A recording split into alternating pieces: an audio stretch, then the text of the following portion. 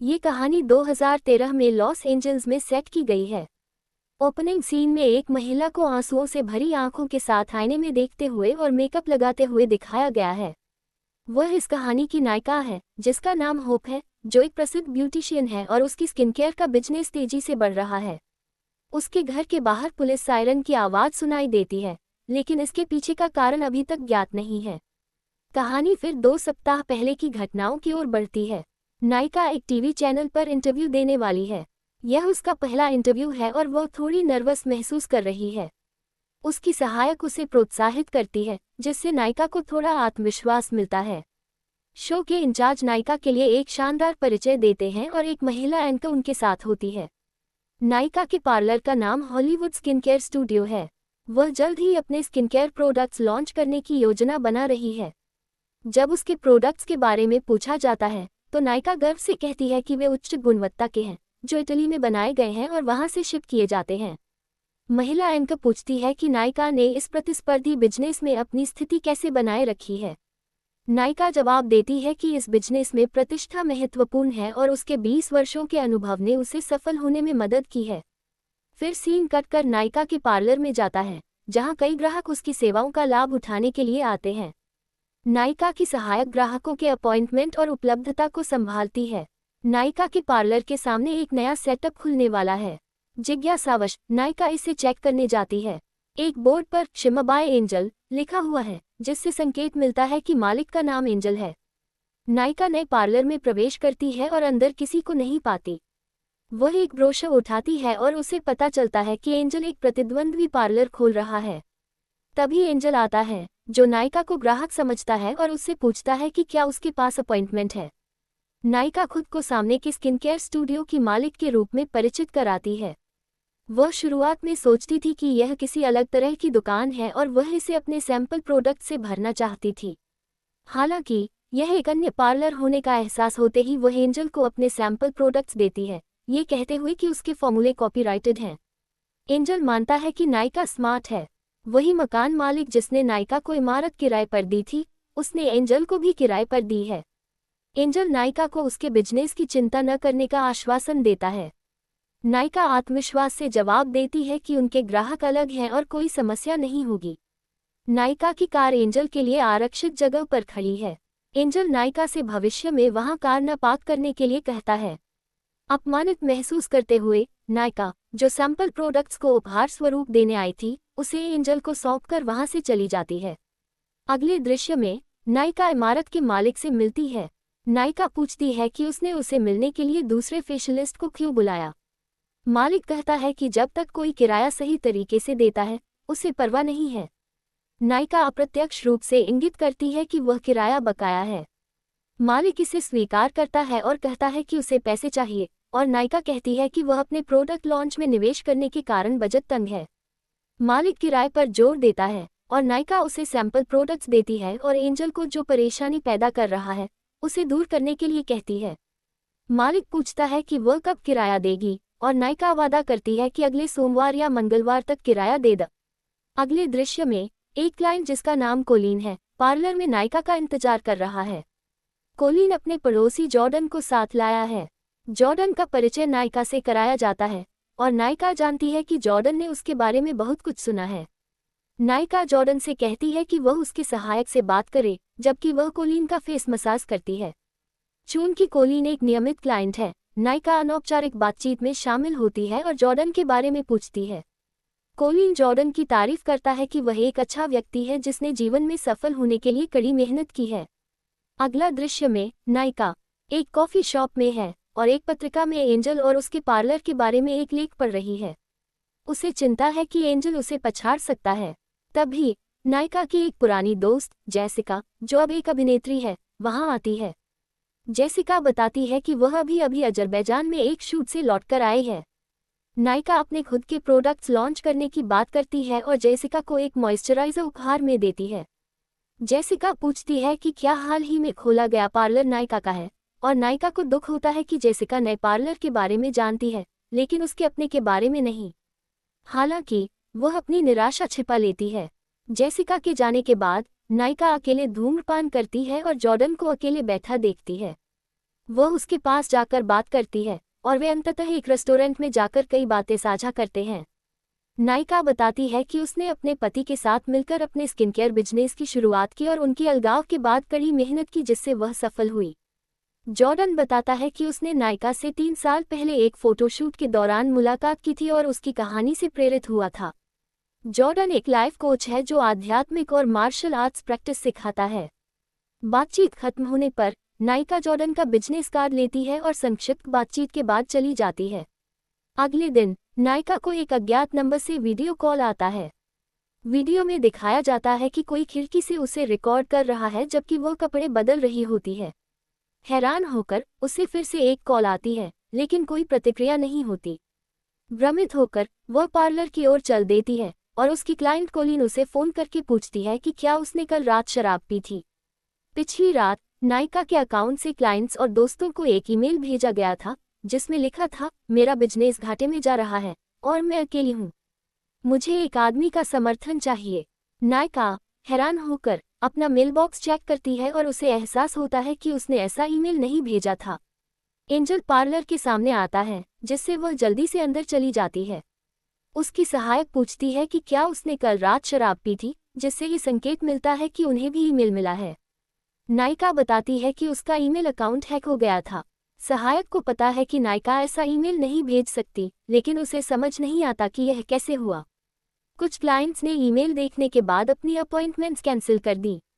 नायिका अपनी सहायक को स्थिति स्पष्ट करने और पासवर्ड बदलने के लिए क्लाइंट सूची को ईमेल और कॉल करने का निर्देश देती है।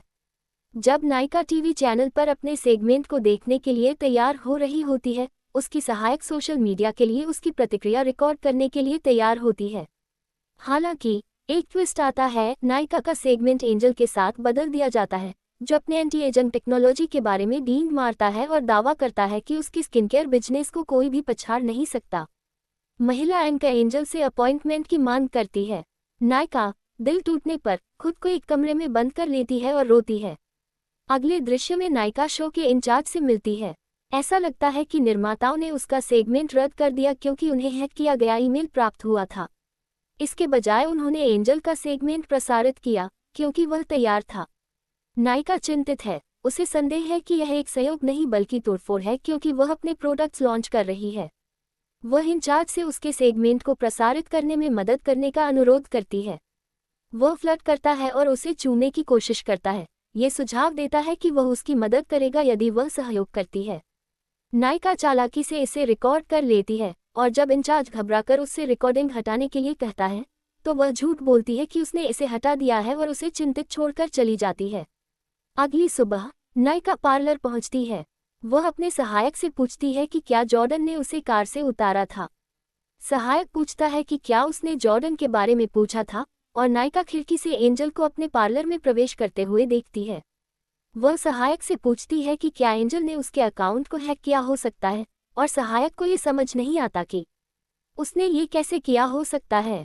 नायिका एक अभिनेत्री को आते देख उत्साहित होती है, ये सोचते हुए कि वह उनके पार्लर में आ रही है, लेकिन उसे एंजल के पार्लर में प्रवेश करते देखती है। गुस्से में नायिका वहां जाती है और अभिनेत्री से बहस करती है, जो कहती है कि वह केवल एक फेशियल के लिए आई थी। नायिका निराश होकर उसे याद दिलाती है कि उसने कितनी मदद की है और उसे शाप देते हुए चली जाती है। उसी रात नायिका पार्लर छोड़ती है और देखती है कि उसकी कार के सभी 4 टायर पंचर हो चुके हैं। वह देखती है कि यह किसने किया लेकिन कोई नहीं मिलता। वह घटना की रिपोर्ट करने के लिए पुलिस को बुलाती है। फिर सीन एक गराज में शिफ्ट हो जाता है जहां नायिका एक मैकेनिक को जानती है जिसने उसकी कार को टो किया था। मैकेनिक उसे सलाह देता है कि यह पता लगाए कि कौन इतना नाराज है कि उसने उसके टायरों को नुकसान पहुंचाया और उसे सुरक्षा के लिए बंदूक रखने का सुझाव देता है। मैकेनिक को नायिका पर क्रश है और वह अपनी मदद की पेशकश करता है। उसे बताता है कि अगर उसे कोई समस्या होती है तो उसे बुलाए। अगले दृश्य में नायिका आत्मरक्षा के लिए बंदूक खरीदने के लिए एक हथियार की दुकान पर जाती है। दुकानदार उसे एक हैंडगन प्रदान करता है, लेकिन उसे वह बहुत भारी और महंगी लगती है और पृष्ठभूमि जांच के बाद इसे प्राप्त करने में 10 दिन लगेंगे। वह जोर देती है कि उसे तुरंत एक बंदूक की आवश्यकता है, इसलिए दुकानदार उसे एक छोटी बंदूक देता है जो पेपर स्प्रे शूट करती है। वह इसे खरीद लेती है क्योंकि यह सस्ती है। बाद में वह एक कपड़े की दुकान पर जाती है जहां मालिक किराए के बारे में पूछता है और वह उसे अगले दिन ऑफिस में मिलने के लिए कहती है। अगले दृश्य में नायिका एक ग्राहक को फेशियल दे रही होती है जबकि उसका सहायक रिसेप्शन पर होता है। एक रफ दिखने वाला व्यक्ति अंदर आता है और नायिका के बारे में पूछता है। सहायक पूछता है कि क्या उसके पास अपॉइंटमेंट है, लेकिन वह गुस्से में जवाब देता है कि उसे अपॉइंटमेंट की आवश्यकता नहीं है। वह अपना नाम बताने से इनकार करता है और मेन्यू में सब कुछ मांगता है, जिससे सहायक भ्रमित हो जाता है। वह व्यक्ति उत्तेजित हो जाता है और नायिका बाहर आकर पूछती है कि उसे क्या चाहिए।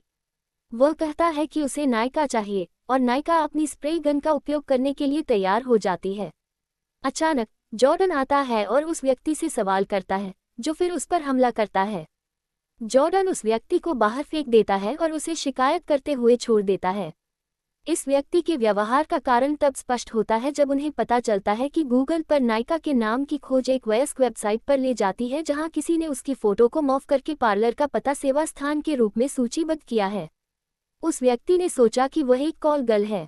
नायिका इस घटना की रिपोर्ट पुलिस में करती है और जासूस पूछता है कि उसकी तस्वीरों तक किसकी पहुंच है। जॉर्डन बताता है कि वह एक सार्वजनिक व्यक्ति है जिसकी तस्वीरें कई पत्रिकाओं में हैं। जासूस को संदेह होता है कि यह एक प्रैंक हो सकता है और वह जांच का वादा करता है। वह आपात स्थिति के लिए नायिका को अपना नंबर देता है। नायिका निराश होकर चाहती है कि कोई इस सामग्री को इंटरनेट से हटा दे। एंजल को उसके पार्लर से नायिका को देखते हुए दिखाया गया है और वह उसे नोटिस करती है। अगले दृश्य में नायिका घर पर जॉर्डन के साथ होती है। वह उससे पूछती है कि अगर वह उसका ग्राहक होता तो उसे क्या सलाह देता। जॉर्डन जवाब देता है कि उसके पास वह जादू है जो लोगों को आरामदायक और रिलैक्स महसूस कराता है। वह सुझाव देता है कि नायिका को स्थिति पर नियंत्रण करने की आवश्यकता है, क्योंकि उसके बारे में ऑनलाइन बहुत सी गलत बातें फैलाई जा रही हैं। जॉर्डन प्रस्ताव देता है कि वह अपने प्रोडक्ट लॉन्च इवेंट को एक पार्टी में बदल दे और वीआईपी क्लाइंट्स को आमंत्रित करे। नायिका सोचती है कि यह विचार काम कर सकता है और इस मुलाकात के दौरान नायिका और जॉर्डन के बीच एक संबंध बनता है। अगले दिन नायिका पार्लर के बाहर पार्किंग क्षेत्र में होती है और देखती है कि बिल्डिंग मालिक आ रहा है। वह अपनी कार के पीछे छिप जाती है क्योंकि उसने अभी भी किराया नहीं दिया है। शो के इंचार्ज नायिका को कॉल करते हैं, जो पूछती है कि उसका सेगमेंट कब प्रसारित होगा। इंचार्ज पूछता है कि क्या उसने रिकॉर्डिंग हटा दी है और वह खुद प्रोड्यूसर्स से बात करने की पेशकश करती है, लेकिन वह इनकार करते हुए कहता है कि वह कोशिश करेगा। नायिका फिर एक कॉफ़ी शॉप में जाती है जहां वह एक ग्राहक मार्गरेट से मिलती है। ये वही ग्राहक थी जिसके साथ नायिका उस व्यक्ति की घटना के दौरान थी। मार्गरेट, जो एक प्रसिद्ध इन्फ्लुएंसर है, उस व्यक्ति के बारे में पूछती है। नायिका बताती है कि कोई उसे परेशान कर रहा था। पहले नायिका ने मार्गरेट के साथ अपने प्रोडक्ट्स को लॉन्च करने के लिए सहयोग करने पर चर्चा की थी, लेकिन अब मार्गरेट समय की कमी के कारण इसे अस्वीकार कर देती है, नायिका से बचती है। नायिका इस स्थिति से निराश महसूस करती है। वह देखती है कि एक बूढ़ा आदमी उसे कॉफ़ी शॉप में देख रहा है और बाद में उसे फॉलो करता है, जिससे वह जल्दी से अपनी कार शुरू करती है और वहां से चली जाती है। अगले दृश्य में नायिका पार्लर में होती है और खिड़की से एंजल के पार्लर की ओर देखती है। एंजल का व्यवसाय फल फूल रहा है जबकि उसका संघर्ष कर रहा है और नियमित ग्राहक अपनी अपॉइंटमेंट रद्द कर रहे हैं। मार्गरेट को भी एंजल के पार्लर में जाते हुए देखा जाता है, जिससे नायिका परेशान हो जाती है। वह एंजल के खिलाफ कार्रवाई करने का विचार करती है, यह मानते हुए कि वह उसकी समस्याओं के लिए जिम्मेदार है, जिसमें हैकिंग, तस्वीरें मॉर्फ करना और किसी को उसका पीछा करने के लिए भेजना शामिल है। हालांकि उसके पास कोई सबूत नहीं है। वह इमारत के मालिक को स्थिति समझाती है, जो अधिक चिंतित है कि वह कब किराया चुकाएगी। एंजल ने भी मालिक से शिकायत की है कि नायिका उसके ग्राहकों को उसके पार्लर में प्रवेश करने से रोक रही है। मालिक नायिका के दावों को नजरअंदाज करता है और जोर देता है कि वह किराया तैयार करे। निराश होकर नायिका उसे श्राप देती है। बाद में उसी रात नायिका एंजल का पीछा करती है क्योंकि वह अपने पार्लर से घर की ओर जाता है। वह अपनी कार से उसे देखती है, ये संदेह करते हुए कि वह कुछ योजना बना रहा है। हालांकि एंजल उसे रंगीन रोशनी के साथ गाते हुए आश्चर्यचकित करता है, जो एक संगीतमय बारिश प्रदर्शन जैसा दिखता है। अधिक देर तक न देख पाने के कारण नायिका जॉर्डन को फोन करती है, लेकिन कॉल वॉइसमेल पर चली जाती है। वह उसे यह बताते हुए एक संदेश छोड़ती है कि वह एंजल के घर के पास है, ये संदेह करते हुए कि वह कुछ योजना बना रहा है। इस बीच जॉर्डन, जो नशे की हालत में है, अर्धचेतन अवस्था में नाच रहा है।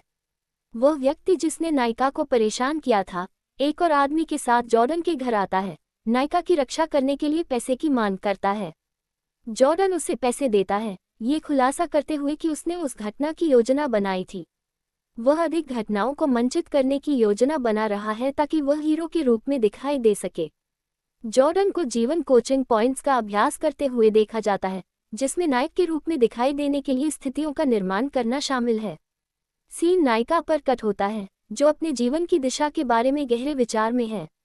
अगले दृश्य में नायिका जॉर्डन से एक बार में मिलती है ताकि उनकी स्थिति पर चर्चा की जा सके। वह शिकायत करती है कि पुलिस एंजल के बारे में कुछ नहीं कर रही है। जॉर्डन सुझाव देता है कि जब तक ये समस्या हल नहीं हो जाती, वह अपनी सुरक्षा के लिए उसके पार्लर में अपना कार्यालय स्थापित कर सकता है। नायिका सहमत होती है कि यह एक अच्छा विचार है। वह पूछती है कि एंजल के बारे में उन्हें क्या करना चाहिए, और जॉर्डन प्रस्ताव करता है कि वह सीधे उससे बात करके एक समाधान खोजे। जब नायिका पूछती है कि यह कौन करेगा, जॉर्डन कहता है, मैं यहाँ हूँ, मैं इसका ख्याल रखूंगा, और चला जाता है। नायिका जॉर्डन पर गर्व महसूस करती है, सोचती है कि वह उन दुर्लभ अच्छे लोगों में से एक है जो दुनिया को एक बेहतर जगह बनाते हैं। अगले दृश्य में जॉर्डन एंजल के पार्लर में उससे मिलने जाता है। एंजल पूछता है कि वह क्या चाहता है, लेकिन जॉर्डन जवाब देने से पहले एंजल का पीए फ्लाइट टिकट बुक करने के बारे में चर्चा करता है, जो एंजल के आने वाले विज्ञापन शूट के लिए न्यूयॉर्क में है। जॉर्डन, जो सालों से अभिनय में सफलता पाने की कोशिश कर रहा है, इसे एक अवसर के रूप में देखता है और एंजल के साथ संभावित साझेदारी के बारे में बात करने लगता है, जिसमें उसकी मार्शल आर्ट्स और आम तोड़ने की क्षमताओं का उल्लेख होता है। एंजल जॉर्डन को खारिज कर देता है, उसका अपमान करता है और कहता है कि वह नहीं जानता कि वह कौन है और उसे अब यहाँ नहीं आना चाहिए। जॉर्डन, अपमानित महसूस करते हुए, नायिका को फोन करता है और झूठ बोलता है कि उसने एंजल को चेतावनी दी है कि वह उसकी राह में न आए, जिससे नायिका को राहत मिलती है। बाद में उसी रात एक अजनबी नायिका के घर में घुस जाता है। वह आवाज सुनती है और अपनी स्प्रे गन उठा लेती है, केवल यह पाती है कि वह वही बूढ़ा आदमी है जिसने उसका पीछा किया था।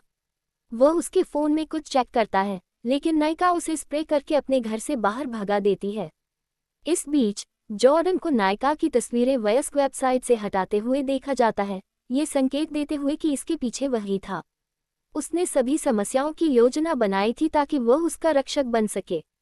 जब नायिका फोन करके गुस्से में एंजल पर किसी को उसके घर भेजने का आरोप लगाती है, तो जॉर्डन भ्रमित होकर उसे आश्वासन देता है कि वह सब कुछ संभाल रहा है। नायिका तंग आकर जॉर्डन से कहती है कि वह खुद ही सब कुछ संभालेगी और गुस्से में फोन काट देती है। अगले दृश्य में नायिका मैकेनिक से मिलती है और उसे अपने फोन पर भेजे गए वीडियो से लेकर हाल ही में हुए ब्रेक इन तक की सारी घटनाओं को बताती है। मैकेनिक उसे ये सब अपने ऊपर छोड़ने और किसी और से इस बारे में चर्चा न करने की सलाह देता है। वह उसे एक मॉइस्चराइजर उपहार में देती है और चली जाती है। अगली सुबह पार्लर में नायिका को लगता है कि जैसे सभी परेशानियां खत्म हो गई हैं।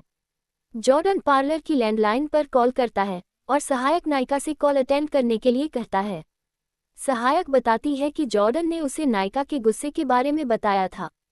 वह नायिका को जॉर्डन की ओर से एक गिफ्ट पैकेज भी दिखाती है, नायिका की एक पत्रिका से फ्रेम की हुई फोटो। नायिका इसके बारे में खास उत्साहित नहीं होती। पार्लर के बाहर मैकेनिक अपनी कार से उसकी सुरक्षा सुनिश्चित करने के लिए देख रहा होता है।